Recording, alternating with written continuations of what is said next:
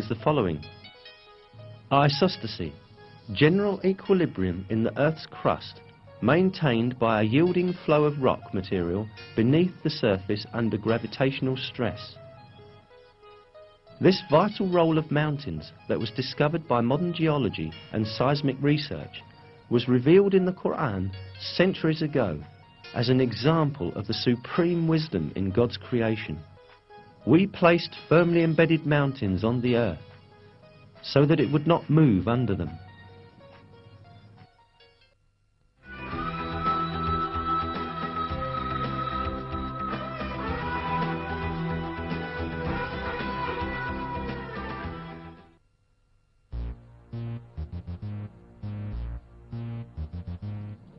In one of the verses, we are informed that the mountains are not motionless as they seem, but they are in constant motion.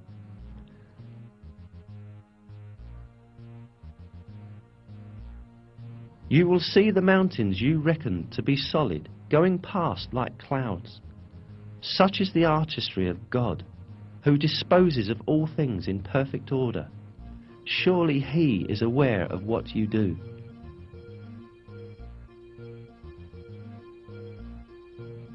This motion of the mountains is caused by the movement of the Earth's crust that they are located on. The Earth's crust sort of floats over the mantle layer, which is denser. It was at the beginning of the 20th century when, for the first time in history, a German scientist by the name of Alfred Wegener proposed that the continents of the Earth had been attached together at the initial phases of the world, but then drifted in different directions and thus separated as they moved away from each other.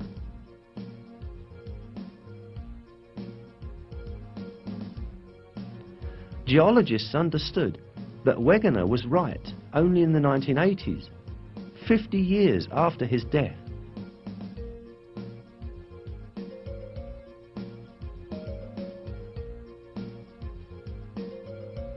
Discovered as a result of the geological research carried out at the beginning of the 20th century, this movement of the Earth's crust is explained by scientists as follows.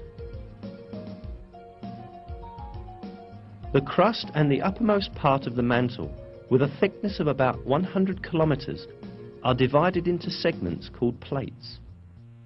There are 6 major plates and several small ones.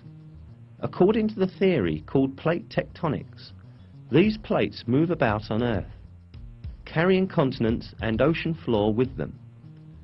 Continental motion has been measured at from 1 to 5 centimeters per year. As the plates continue to move about, this will produce a slow change in Earth's geography.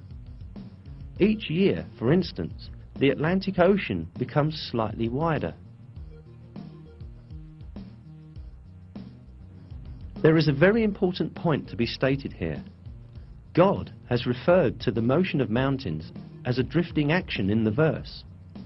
Today, modern scientists also use the term continental drift for this motion. Unquestionably, it is one of the miracles of the Qur'an that this scientific fact, which has been recently discovered by science, was announced in the Qur'an.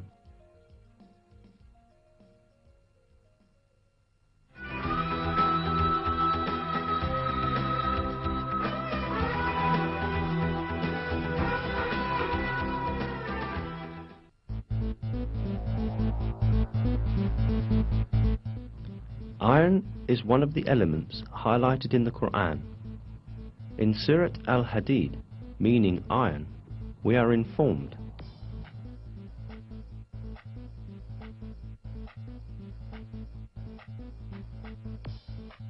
"And we sent down iron, in which there lies great force, and which it has many uses for mankind."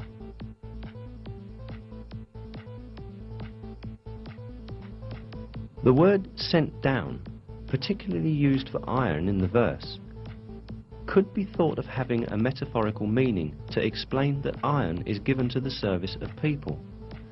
But when we take into consideration the literal meaning of the word, which is being physically sent down from the sky, we realize that this verse implies a very significant scientific miracle.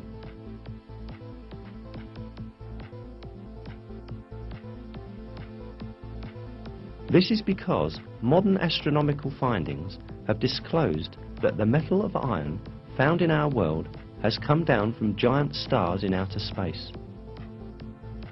The heavy metals in the universe are produced in the nucleus of big stars. Our solar system, however, does not have a suitable structure to produce iron on its own. Iron can only be produced in much bigger stars than the Sun, where the temperature reaches a few 100 million degrees. When the amount of iron exceeds a certain level in a star, the star can no longer bear it, and eventually it explodes in what is called a nova or a supernova. As a result of this explosion, meteors containing iron are scattered around the universe, and they move through the void until attracted by the gravitational force of a celestial body.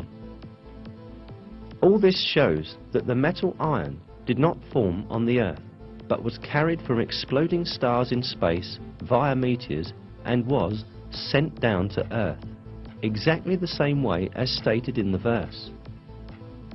It is clear that this fact could not have been scientifically known in the 7th century, when the Qur'an was revealed. And we sent down iron, in which there lies great force, and which has many uses for mankind. In addition, the 25th verse of Surat Al-Hadid, which refers to iron, includes two interesting mathematical codes. Surat Al-Hadid is the 57th surah in the Qur'an.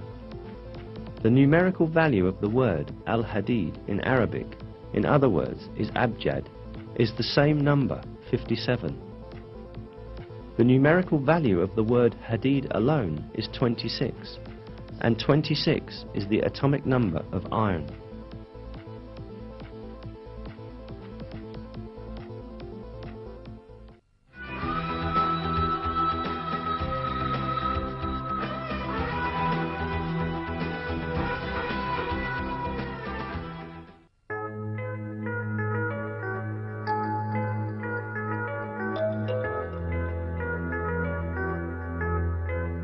In a verse of the Qur'an, the fecundating characteristic of the winds and the formation of rain as a result are mentioned. And we sent the fecundating winds, then caused water to descend from the sky, therewith providing you with water in abundance.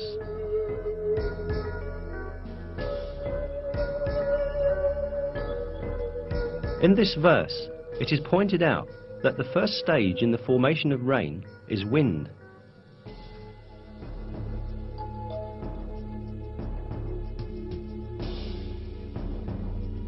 Until the beginning of the 20th century, the only relationship between the wind and the rain that was known was the wind's driving clouds.